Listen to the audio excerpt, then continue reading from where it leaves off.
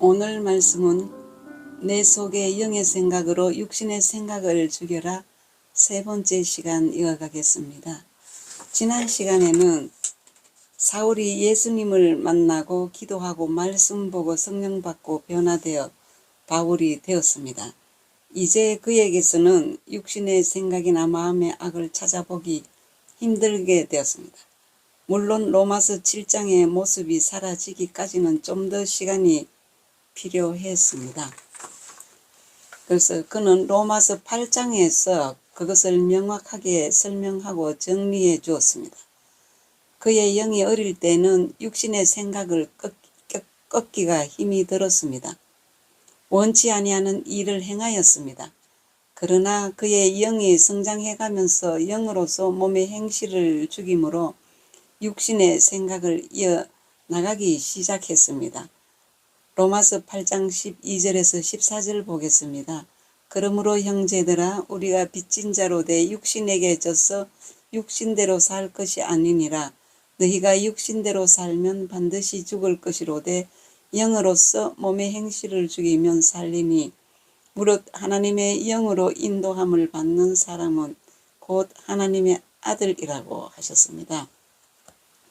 사도 바울은 매사에 영의 생각을 했고 마음에는 선한 생각으로 넘쳐났습니다. 진리의 지식으로 그 마음에 풍성하게 저장했기 때문입니다. 그의 영이 장성하여 마귀 정보나 세상 정보를 받아들이지 않았기 때문에 그는 더 강한 영과 더욱더 선한 마음을 가지고 주님을 위해 영혼 구원을 위해 그의 남은 인생을 사셨습니다. 그에게는 성령의 열매가 주렁주렁 맺히게 되었습니다. 그의 삶의 모든 것이 주님의 은혜인 것을 알았습니다. 예수님 자랑, 십자가 자랑이 그의 인생의 모든 것이었습니다. 세상 것은 배설물처럼 여겨버렸습니다. 그가 사울이었을 때도 성경 박사였습니다. 그러나 육신의 생각이 가득하고 교만이 절절 넘쳤습니다. 그가 새로운 피조물이 되어 진정한 하나님의 자녀가 되었을 때는 그의 육신의 소욕과 육신의 생각 그리고 마음의 악이 죽고 또 죽어 그리스도와 일체가 되었다고 갈라디아서 2장 20절은 말하고 있습니다. 보겠습니다. 내가 그리스도와 함께 십자가에 못 박혔나니 그런즉 이제는 내가 사는 것이 아니요 오직 내 안에 그리스도께서 사시는 것이라. 이제 내가 육체 가운데 사는 것은 나를 사랑하사 나를 위하여 자기 자신을 버리신 하나님의 아들을 믿는 믿음 안에서 사는 것이라고 바울은 이렇게 고백하고 있습니다. 그는 그리스도의 겸손이 몸에 밴 사람이었습니다. 영의 사람, 성령의 사람이었습니다. 사도 바울이 산 영혼이 되고 장성한 영을 소유하고 마음이 새롭게 되자 그의 삶은 일체의 비결을 깨닫는 경지에 이르게 됩니다. 복음 전하다 핍박받는 것도 감옥 가는 것도 두들겨 맞는 것도 감사했습니다. 성경을 많이 하는 것이 중요한 것이 아니라 내가 새롭게 변화되는 것이 더 중요합니다. 내 속의 육신의 생각과 마음의 악이 완전히 죽어야 합니다. 내 영의 육신의 생각이 죽고 또 죽어 새 사람을 입으면 모든 영혼이 불쌍해 보입니다. 그래서 그리스도의 사랑의 메시지를 전해줄 수밖에 없습니다. 그리고 아론의 영은 39년이 흐르기까지 어린아이 상태였습니다. 비느하스는 아브라함의 후손이며 아론의 손자인데 장성한 영입니다. 장성한 영이라야 말씀을 사용할 줄 알고 육신의 생각과 마음의 악도 죽일 수 있습니다. 영이 갓난 아이나 어린아이일 때는 죄 짓기 쉽습니다. 사도 바울은 이때를 젖먹는 자라고 했고 사도 요한은 아이들이라고 했습니다. 어린 아이 때는 유혹을 쉽게 받는 상태입니다. 시므리는 이스라엘 백성이지만 영적 어린 나이였으므로 유혹에 넘어진 것입니다.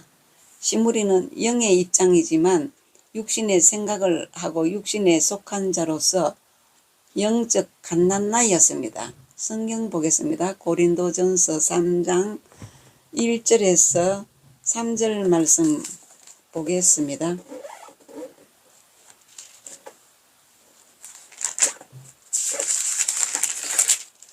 형제들아, 내가 신령한 자들을 대함과 같이 너희에게 말할 수 없어서 육신에 속한 자 곧 그리스도 안에서 어린 아이들을 대함과 같이 하노라. 내가 너희를 젖으로 먹이고 밥으로 아니하였으니 이는 너희가 감당하지 못하였음이거니와 지금도 못하리라. 너희는 아직도 육신에 속한 자로다. 너희 가운데 시기와 분쟁이 있으니 육신에 속하여 사람을 따라 행함이 아니리요 라고 지금 사도 바울이 분명하게 말하고 있습니다. 로마서 8장 5절에서 6절입니다. 육신을 따르는 자는 육신의 일을, 영을 따르는 자는 영의 일을 생각하나니 육신의 생각은 사망이요 영의 생각은 생명과 평안이라고 했습니다. 시므리는 육신의 생각을 밀고 나갔다가 죽었습니다. 고스비는 마음의 입장인데 마음은 정보의 저장 창고입니다. 고스비의 마음 안에는 마귀의 정보, 세상 정보가 가득하였습니다. 그 모든 것은 마음의 악을 생산해 내었습니다. 고스비는 마음의 악을 계속 밀고 나갔다가 죽었습니다. 모압 여인, 미디안 여인, 고스비의 마음속에 들어 세상 지식은 악한 것이었습니다. 고스비처럼 하갈도 마찬가지였습니다. 결국 그들은 육체의 열매를 맺고 맙니다. 비느하스는 장성한 영의 소유자였습니다. 창으로 말씀으로 시므리와 고스비 내 속의 육신의 생각과 마음의 악을 죽였습니다. 이 일은 하나님을 기쁘시게 하여 하나님의 진노를 그치게 했다고 했습니다. 하나님께서 기뻐하시는 때는 내 속의 육신의 생각과 마음의 악 시므리와 고스비를 말씀창으로 찔러 죽이는 때입니다. 내가 옛사람의 속성을 벗고 새사람의 옷을 입을 때 하나님이 기뻐하십니다. 내 영혼이 구원받기 시작할 때 기뻐하십니다. 내 영이 장성하여 강하고 담대할 때 하나님이 기뻐하십니다. 내 마음이 말씀으로 새롭게 되어질 때 하나님이 기뻐하십니다. 아론의 손자 제사장 비느하스가 창으로 죽인 것은 두 가지입니다. 그는 영의 생각입니다. 첫째, 영을 죽였습니다. 시므리는 남편 영의 생각으로 육신의 생각을 죽여야 합니다. 그리고 두 번째는 마음을 죽였습니다. 고스비 아내는 마음을 죽였습니다. 선한 마음으로 악한 마음을 죽여야 합니다. 사도 바울도 그의 영이 어렸을 때에는 영이 선을 행하기를 원하였으나 원하는 바 선은 행치 아니하고 악을 행하였다고 로마서 7장 19절은 말하고 있습니다. 내가 원하는 바 선은 행하지 아니하고 도리어 원하지 아니하는 바 악을 행하는도다 라고 바울이 말했습니다. 이때는 사도 바울이 영이 어리고 약하기에 그럴 수밖에 없었습니다. 이스라엘 남자가 시므리의 영이 어리고 약하기에 모압 여인 고스비를 보고 미혹된 것입니다. 그래서 버렸어야 하는데 취하였으므로 사망에 이른 것입니다. 성경에는 영적으로 같은 의미를 가진 말씀들이 있습니다. 그것은 아브라함이 하갈을 쫓아냈다는 것, 비느하스가 시므리를 죽였다는 것, 수가성 여인이 물동이를 버렸다는 것, 사도 바울이 세상 모든 것을 배설물로 여겼다는 것은 육신의 생각을 버리고 죽였다는 것입니다. 비누하스처럼 영이 성장하는 자는 말씀 창을 쓸 줄 압니다. 그 말씀을 내게 적용하여 순종하며 삽니다. 내 속에 있는 육신의 생각과 마음의 악을 죽입니다. 시무리를 보면서 나를 볼 줄 알아야 합니다. 내 영적 상태를 볼 줄 알아야 합니다. 한마디로 비누하스는 39년 동안 말씀으로 무장했습니다. 영이 성장한 것입니다.